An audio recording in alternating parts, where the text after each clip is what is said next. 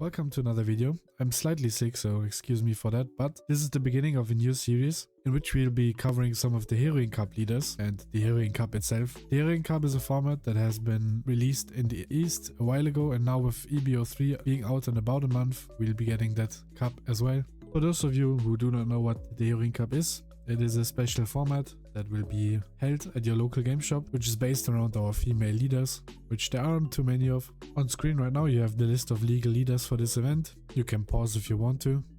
But the point of this video series isn't to show you the most obvious picks, but to highlight those that could be strong in a format like this and exclude the obvious leaders that you will see on screen right now, because these are the ones that I think you should expect to see the most. You might ask yourself why you should even be prepared for this event or play it in the first place. Aside from it being very fun, you do get those interesting promos that you can see on the screen right now for winning the event or just as participation and not a foiled version. Especially Robin is really strong in green straw decks like GP Luffy, but even red green Luffy. And the others are Nami and Bonnie. It's never bad to get those cards. That being said, I hope you enjoyed this video series. Let me know if you got any recommendations of leaders down below. I knew there aren't that many leaders left, but I'm still happy about any feedback that I can get. And let's get right into our first leader. Our first leader is Koala. When this leader attacks your opponent's leader, if you have 2 or more characters with a cost of 8 or more, draw 1 card. Very solid effect already, but the important part is the once per turn. This effect can be activated when your opponent plays a character with a base cost of 8 or more, or when your opponent plays a character using a character's effect. Your opponent adds 1 card from the top of their life cards to their hand. That's just a really strong effect, a really toxic one, which when this leader got revealed, everyone kind of freaked out and thought it's gonna be insane. It just that there were some decks that just stopped this leader from working quite well, and it's quite curve dependent. But in a format like this, I think the leader will be very strong. On to why we play this deck. Of course, like I mentioned, the leader ability is very strong. Bonnie plays a lot of top end, so for every top end they play, they have to take a life. The same is true for Vivi, as well as Vivi playing 5 cost Vivi, which is on screen, that forces your opponent whenever they plays to take a life as well, which on Vivi's 4 life does hurt them a lot, as well as 8 cost Rayleigh, which takes a life, or 10 cost Shanks, 10 cost Kaido. They all have to take life when being played. And for the Boa matchup, when they play 9 cost Hancock, you take a life, but they also take a life back, so they don't actually heal, they just draw a card basically. And since we have access to heal, since we're a yellow leader, we can drop to 0, clear their board, heal back up, avoid the female. So we do have a solid matchup spread. And in the Heroine Cups, there's a big lack of aggressive decks, which used to be Koala's main problem. And because that problem doesn't exist here, the leader that we all thought might be broken could be broken in this format for sure. Taking a quick look at the deck list, which will be linked down below in the description as well, with the sim code. If you're used to Koala, this looks like a pretty standard deck list, I would say. There's a few new additions, some cards that I tagged in for this meta that I'm expecting. But overall, it's a very solid standard Koala list. Let's talk about some of the, I guess, newer additions to the deck, or maybe the weirder ones. Starting off with the 4-cost Koala, which is the new EB03 card this deck gains. Interesting thing here is that on KO it plays a 6-cost Revo Army character or Nico Robin from Trash, which likely should never resolve. But that makes the card very sticky, and it's a backup 4-drop in case you miss your Huck on curve. This is a really good card against Emu, but Emu isn't viable in this format, so Huck is simply better in this, but it's still a very solid card, so we kept it. You could maybe run 2 instead of 4, but I think it's a good card just because you do really want to hit your 4 into 6 into 8 curve. The slightly weirder addition to this is the Rebecca Searcher. This deck has surprisingly many Dressrosa cards, and as you can see on the right, they added Viola, which is also a Dressrosa card. But just like Koala, Searcher, Koala 4-cost, Huck 4-cost, the Huck 2k, the Sabu 2k, a lot of these cards are Dressrosa, so having an extra Searcher is more opportunities to mill, which is important for the late game, as well as finding your pieces on curve. And then the Viola. Viola is just a very strong blocker, especially if we expect a lot of Nami and Boa, then we can use that Viola in the early game to just kind of look at the life ordered in a way that we like it, so that the early game triggers don't threaten us. Then we can put those lives at the back, which you will see in the gameplay. Most other cards are quite self-explanatory. You will see it in the gameplay section how this deck wants to work. But if you've got any questions on any cards or any recommendations of cards that I should be running, then let me know down below. Looking into how we want to play the game. First off, we're going second here. Like I said, the deck's core curve is quite simple. We want to search, we want to play our 4-drop or 6-drop, because both of our 6 drops and 4 costs do become 8 costs. So once 6 Don if we find the 4 cost and either one of those two 6 cost. Our leader swing will draw us a card, and following that up with Dragon on 8. It's just the perfect curve. The deck is very consistent, so a lot of the times you will hit this and then you get to keep drawing cards from 6 Don onwards while having a very strong board presence. And in this meta where your opponent's also playing a fairly slower game, no aggro decks, punishing them for playing their slow game while establishing so many threats onto the board and keep drawing cards is very strong. Unsurprisingly, going first isn't that much different. We still want to search, we still want to establish our 4 drops and our 6 drops into our dragon, and it's just all a turn delayed, which is why we like to go second, but it's not the end of the world if we have to go first. We do have a little bit of more time finding our pieces as we have the turn 1 and turn 2 to search, as well as establish Viola in some of the matchups where she matters, but in general the game plan just stays the same as you will see in the gameplay videos. Like I said, any feedback is appreciated. Let me know down below if you liked this series. We're going into some gameplay now. If you like this kind of videos, then make sure to check out my Gecko Moria and Foxy deck breakdown, which is a bit longer than this one, but they're definitely worth a watch if you like me yapping. And let's get right into the gameplay. So, we are playing against Vivi, which is the new EB03 leader, not one off. And we start off with a whiff, which is unfortunate, but it can happen even if you have 20 plus targets. Sometimes if all you have is top 3, you do whiff. And as you can see, the next card was a Dressrosa target, so yeah, we would have hit. And then here we look at their life, and we see a lot of top end, so we definitely don't want them to draw that too early. Especially because they're undergoing second curve, so we just give him the plus 4k event now. It's also the trigger right now, doesn't really do anything.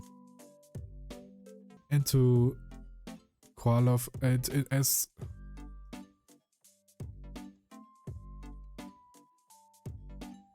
the Viola of course is much better into yellow leaders, but it's still like this early, just a free blocker. We looked at their life, which means we'll get info about their place, also making their life like worse, quote unquote, because we changed the order of their draws. So right now we do know that he has a plus 4 in his hand, and if he takes, we would also know that there's a Marco in hand, so possibly could have blocked with the Viola, knowing that he might draw the Marco in time, but he ended up countering, which makes sense. You don't really want to take 2 life this early as a 4 life leader. So now they're looking for the 5 cost Vivi into 5 cost Nami, either the Rush Nami or the not the Rush Nami, this Nami, the one that reduces, or the blocker Nami. But yeah, as you can see, Koala leader ability just makes him take a life for it, which is really strong. 4 life leader has to take a life for just playing out bodies. We don't have the Robin, which would be really strong here, but we do have Kuma. And yeah, our hand is only counter, so just pitching the event. We get the event back, draw a card. Should have just made it a 6, I guess. And I'll pass turn. Don't wanna swing the hug. Probably could have, should have, expecting the backman. But I think he also was kind of greedy here. You can use the Vivi leader ability first. Or also or I think even the Nami would have done it, the 5 cost Nami that's on board. Reduce the Kuma and then just backman the Kuma. That also would have worked. I think our opponent missed us here. But yeah, it's a new deck, so yeah. And then here we pick up even more 2Ks. I'm just checking if we have enough Revos in trash to even pay the cost for Dragon, but yeah, we do, so if not, we could have technically whiffed on purpose to get more Revos in trash, but we do have more than enough. So we play the Robin, yeah, discard one of our endless 2Ks, and this Robin is like a really strong card.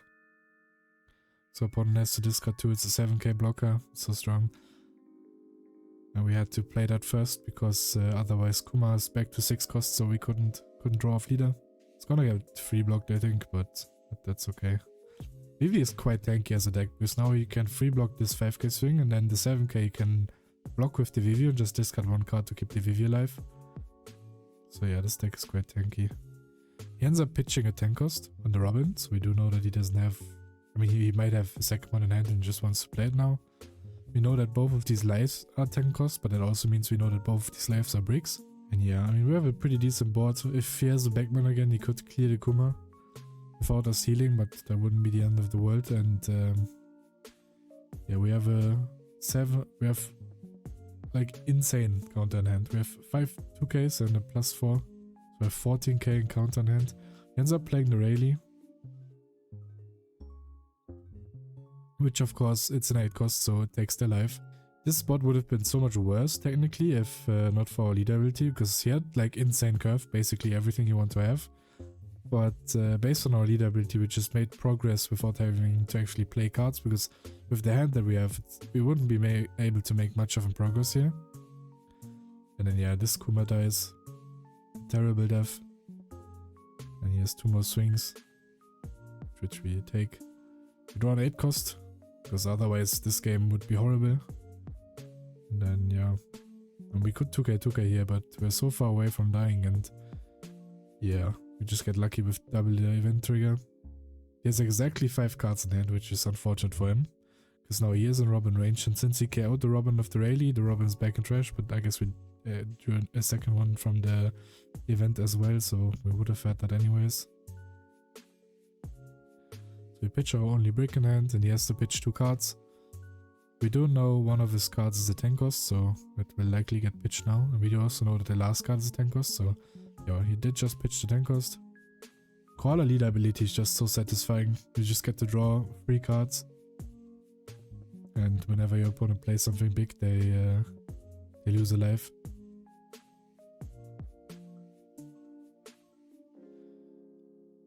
He ends up not using the ability, maybe he wants to keep the cards in his hand, but I feel like you could have easily just done the ability here. Keep a blocker alive. It's infinitely more worth than having 1 more card in hand. And yeah, he ends up playing the Rayleigh out, which of course kills the Robin, but we do have a leader ability, so he takes the life, and we know that that's a brick as well. So he has 1 blocker in hand, and 3 cards, of which we know 1 is a brick. And I got a bit motivated here, so I was like, yeah, might as well make use of my cards in hand, because I've won the game based on the board. Obviously, probably should have just let this die, and it's fine. But I kind of wanted to flex my hand here. Like, it's still dead, but that doesn't really matter. We can just math this game out. Swing an 8 if he counters, then, or swing a 9, doesn't really matter. I can swing whatever because I have the 1 drops on board. Like, if I swing an 8 and he counters, then I'll just do 5. But he just gives up. Or as a leader, that's probably going to be pretty popular at that event as well, just because it's so strong. They didn't have it in the East when the Heroines Cup was a thing over there.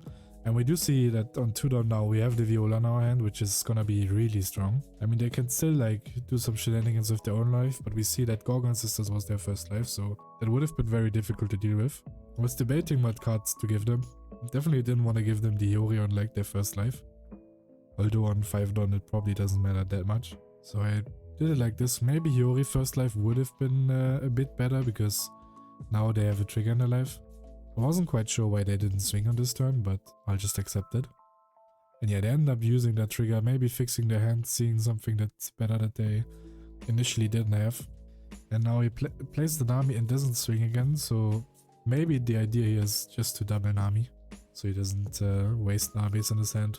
I don't know. I don't really agree with it, especially because I'm probably not, like, if he swings the 6 there, I'm probably not taking it anyways. Yeah, we do see the Nami, so I guess the idea was just to spam out Namis and burn my life with, instead of swinging. Because now we start attacking. It's an interesting strategy. I don't think it really does anything, but we did have a pretty good start. 4-6. Now we can play the dragon. Technically, we don't really have enough cards in trash for that. So likely next turn it's just gonna be a Kuma turn, and then we dragon on 10. So they use the Hori, so we don't know what's in their life now. They end up stacking it. And then we go for Koala search. The only target that we can take is the search event, because Koala can't search herself. And we take the counter, of course, like having the Robin in trash. It's quite good. Go 5 phase, he ends up countering. Go 5 phase again. Because if he takes, like, it's quite greedy from him. And then because he went so low in life, I chose to swing into the Nami. Because if he, like, lets go of it, he has to take the life that he just put, plus loses a card from hand. I guess he doesn't because Boa leader effect, but yeah, I think it's still better than swinging 7 at his leader here. But yeah, he ends up countering. So maybe he doesn't have a card that he wants to play. I guess he could have played Shakuyaku, but Shakuyaku wouldn't have gotten her on play because I'm at 4. And now it's really weird for her to deal with my board, because my board is quite sticky. I still have a blocker, I have 4 life, decent hand size. Yeah, now this part is, I mean, it's the Eastern queue, right? Not a lot of people are playing it yet, because NA is still on, still waiting for their finals to be over. And yeah, swinging on Koala, of course, is not what you want to be doing. I think in this spot it doesn't matter, like this game is over anyways. Like my board state's already too good, I'm way too healthy. I can swing at his board and take his life, right? Which is insane for me. I block 2k here. And then technically I wouldn't even need to play Dragon anymore because my board's this good. I should have just blocked the Viola, because if I want to play the Dragon I need to make board space. Yeah, I was debating where to swing, but I think swinging at his characters here is always better. Because if he lets him die, it takes the life of the leader ability, for my leader ability. As he put a Gorgon in life with the Heroine, and now he has to take the Gorgon back to hand, but he also played the Gorgon sisters out. So it kinda ended up being the same as if I swung at life, just that there's no Nami anymore. But yeah, my leader ability is once per turn, so now that my opponent only has 1 life, I choose to go face, because if they end up taking this for some reason, I can threaten lethal. So I expected them to maybe block or use like a slave around the 7, but they ended up not doing it. There might have been a way to find lethal here, because if I go 7 with the Robin and they counter... oh yeah, I mean now I probably should just go for game. Like I swing a 7 with the Robin, and then my Koala can finish the game. Like I can swing a 5 with my like 5 down on my Koala searcher and make it a 7. Making it an 8 here, and then yeah, because he didn't show me that he has 2 2Ks.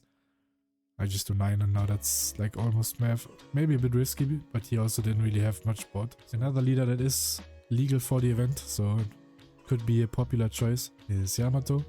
And we do have the Viola in hand again, but we do run a couple of them, so of course we are expected to draw it. The only problem here is that I kinda wanna get my forecast, right? Like I would like to play Viola, but I also like to have a forecast in my hand, so I can curve out and draw with my leader. And yeah, in this case, unfortunately, there's no forecast here. So I'm just searching again, still no forecast, find the search event again. Like an hack here would be really good. I'd even take a Morley or a Koala.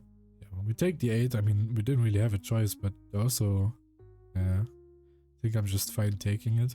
So I can, worst case, I can always heal back up. And we were looking for a forecast, and yeah, we didn't find it, so now I choose to play the Viola instead. So now it's too late anyways. I put the Yamato like far away because that card is really annoying in my opinion. It's like really strong. It's like Hashigi 5 cost almost, just for Yamato. Arguably you could put the Kinemon back, but I was like, if he triggers out the Kinemon at that point in the game, I will probably be able to deal with that card. So we take the Morley because I don't have a 2k in my hand, and then there's nothing like to be afraid about with triggers. There's no Kiko in his life. We put the random forecast that doesn't really do a lot against us. It would rest our blockers because it's original 6 cost, but I think it's a very slow card. And we do see the Kinemon play it, which is basically a 1 cost 5k. And it's very sticky to a degree because like resting cards is a bit annoying. So sequencing wise, if you want to kill it, it has to be like your last swing and you have to have played all your characters out. And he goes for 2 6ks here, which I don't like. Usually I would say I like 2 6s, but in this spot, because it's Yamato leader ability, is double attack. I think 5 and 7 would be a lot more annoying. So if I take the 5, I have to guard the 7. If I guard the 5 and take the 7, I'm on 0. So this spot, I mean, I could have just taken the 6k.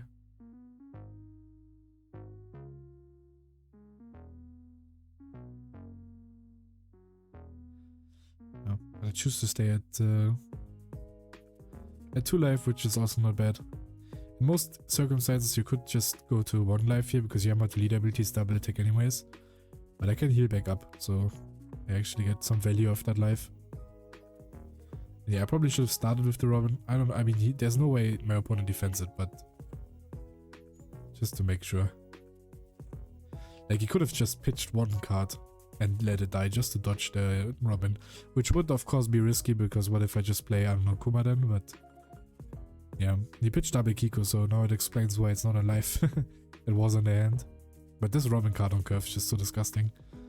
The card advantage is it generates the same because like I pitch 1 and they pitch 2, but like my Robin is also like a 7k blocker, so very likely she will just free block a swing. So oftentimes it feels like I pay 0 cards and they pay 2. Yeah, plays a Kiko, so there was 3 Kikos in their life. 7k, could block 1k. Could also take. I think taking is much better because I have a 2k in my hand. So then I can just block 2k d8. Get another 2k. And then this one I can also take because I want to play the Kuma, right? So if I'm playing Kuma out, going back to 2 life, I take 2 life from their double attack swing. So now I'm back to 1. Where their double attack kinda doesn't matter. I pitch the 3 will frighten me because in this matchup I won't get much value. Yeah, we knew the Gyukimaru in hand. And ends up countering, which I think is definitely wrong. I mean, we sorted their life, right? So he probably expects there to be no trigger in this, but it's also quite expensive. And Deadman's Game is a very, very good card in this matchup. But yeah, if he triggers here, then of course he could have a good shot at lethal. We know that there's no trigger buddy on his life, but he doesn't know this. He could assume it, but yeah, I think countering definitely wrong. We just take. No point defending that. We'll just block 1 with the Viola and then counter another. Yeah. This one we'll have to block. Counter.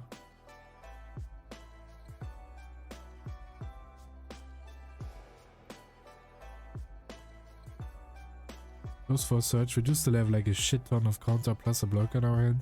We are pretty safe here, even on 0 life. He takes Odin, which is the 2k. Goes a 7. I think I block here. Goes an 8. Yeah. Swing 5, draw a card. We draw 2 Kumas, so we can just heal up again. He takes the life. Nothing in it. We do know that there's a trigger in his life here. We also know that there's a Yamato coming, but like if he takes this, I think it's math even, right? Because if he takes and he triggers the body, then it's definitely math. Even if he doesn't, like he goes to 4 cards, I swing 9. He has to give me all his cards and I can finish him off with my Koala. Especially because I have knowledge on his like cards in deck, cards in hand. I didn't swing, I could have, but yeah. It's not guaranteed win, I think. Like if he had a 2k in life, like 2k in hand, 2k in life, he doesn't trigger 1k. Is my last swing bigger than 10? 7, 9, and actually my last swing is bigger than, yeah, I guess it was math. I mean, but we can't die here, so it's fine. But yeah, 7 with the Robin, 9 with the Dragon, and then we would have 9 done left, so 9 and on Koala is 11. It was just math, because we knew there's no trigger that saves him. Right? Usually if like you play against a yellow deck, you probably shouldn't send lethal here, but we knew there's no 0 cost or anything in life, so yeah, it was just math. Honestly, doesn't really matter. Can just take here and then go for game next turn. Yeah, I mean, the math on this, attaching Tudon to your Yamato here, she looks tempting, but it's not actually better. At least not to start with that. Like you split even, because I have 1 blocker, and then after I counter the first one, then you split on the other 2. But this order is a bit wrong from the sequencing. But yeah, we do end up just winning. Now it's math times 2. You know, it's the Kinemon, and then there's a Yamato in life. Not that matters. But it's really strong. Like, I mean, I could have went for game last time because we played Viola in the early game. I didn't do it, but I could have. So yeah, and then we draw another Sabo just because you can. But yeah, his entire hand was 2Ks.